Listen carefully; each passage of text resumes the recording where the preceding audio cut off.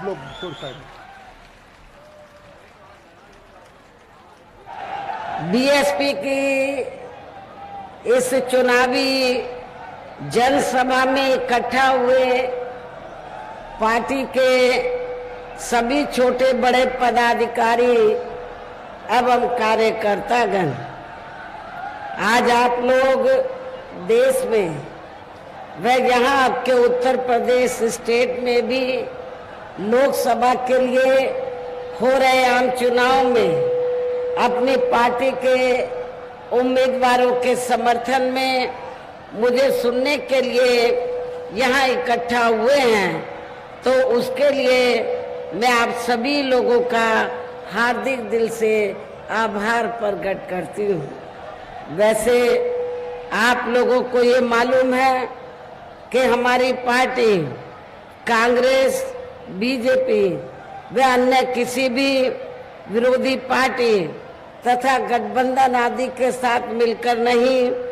बल्कि अकेले ही अपनी पार्टी के बलबूते पर पूरी तैयारी व दमदारी के साथ ये चुनाव लड़ रही है। इसके साथ ही हमने टिकट बंटवारे के मामले में भी सर्व समाज के लोगों को उचित भागीदारी दी है, जिनको कामयाब बनाने के लिए अपनी पार्टी के लोग पूरे जी जान से लगे हैं। हालांकि आज यहाँ आपके इकट्ठा हुई अपार भीड़ व भीड़ के जबरदस्त जोश को भी देखकर अब मुझे भी ये काफी हद तक यकीन हो गया है कि पिछली बार की तरह इस बार भी आप लोग अपने प्रदेश से यहाँ लोकसभा चुनाव में अपनी पार्टी का बेहतर रिजल्ट जरूर लाएंगे। और इसके लिए अब मैं आप लोगों का ध्यान कुछ जरूरी बातों की तरफ दिलाना चाहती हूँ, और इस संबंध में विशेषकर मैं कांग्रेस, बीजेपी व इनके अन्य सभी सहयोगी दलों के बारे में ये कहना चाहूंगी कि आजादी के बाद शुरू में केंद्र व देश के काफी राज्यों में भी ज्यादातर सत्ता यहाँ कांग्रेस पार्टी के ही हाथों में केंद्रित रही है, किंतु इनकी अधिकांश मामलों में रही गलत नीतियों एवं गलत कार्य प्रणाली आदि की वजह से ही फिर इस पार्टी को केंद्र में काफी राज्यों की भी सत्ता से बाहर होना पड़ा है, तथा यही स्थिति इनकी सहयोगी पार्टियों की भी बनी रही है, जिसके कारण ही फिर पिछले कुछ वर्षों से बीजेपी व इनके सहयोगी दल केंद्र एवं काफी राज्यों की भी सत्ता में काबिज हो गए हैं। लेकिन इनकी भी ज्यादातर रही जातिवादी, पूंजीवादी, संकीर्ण, सांप्रदायिक व द्वेषपूर्ण नीतियों एवं कार्य प्रणाली आदि से तथा इनकी कथनी व करनी में भी काफी अंतर होने की वजह से अब ऐसा लगता है कि इस बार ये पार्टी भी यानी कि भारतीय जनता पार्टी भी केंद्र की सत्ता में आसानी से वापस आने वाली नहीं है, बशर्ते यदि ये चुनाव इस बार फ्री एंड फेयर होता है तथा आम चर्चा के मुताबिक वोटिंग मशीनों में भी कोई गड़बड़ी आदि नहीं की जाती है। और वैसे भी इस बार चुनाव में इनकी कोई भी पुरानी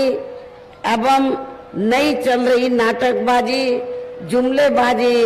व गारंटी आदि काम में आने वाली नहीं है,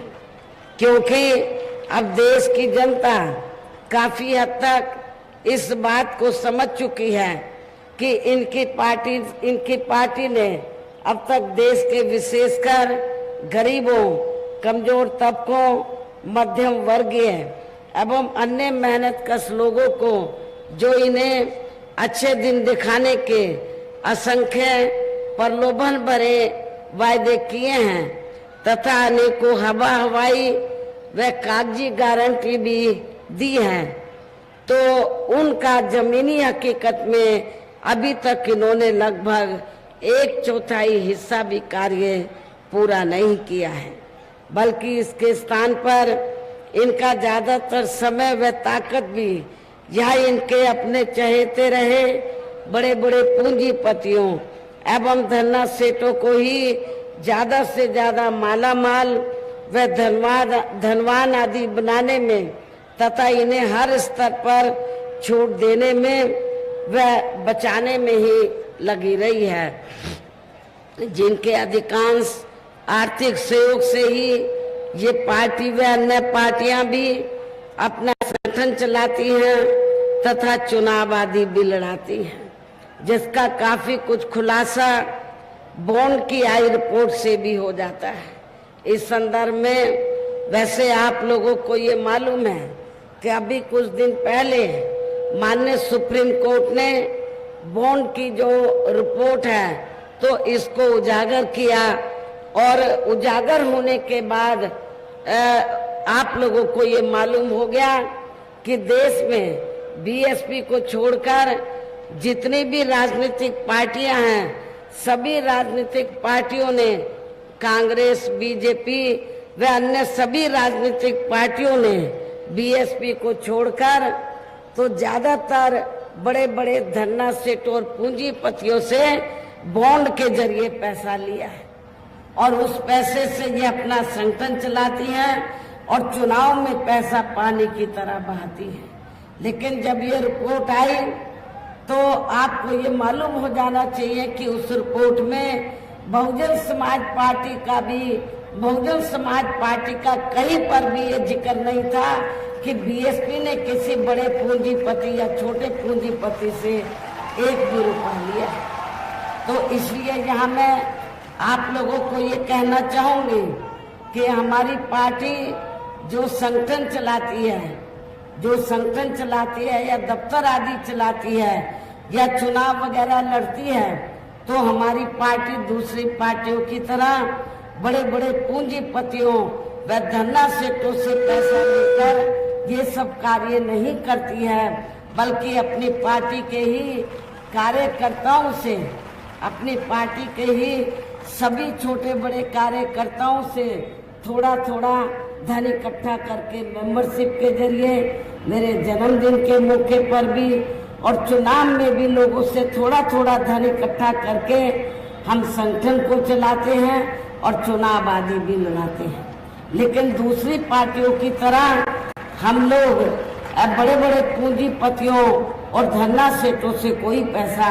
नहीं लेते हैं। इसके साथ ही अब ऐसा लगता है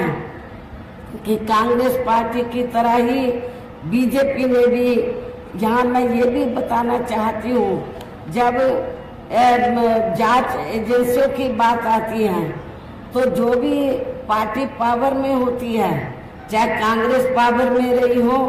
या सेंट्रल में वर्तमान में बीजेपी, ये सारी की सारी पार्टियां तो जो सरकारी जांच एजेंसियां हैं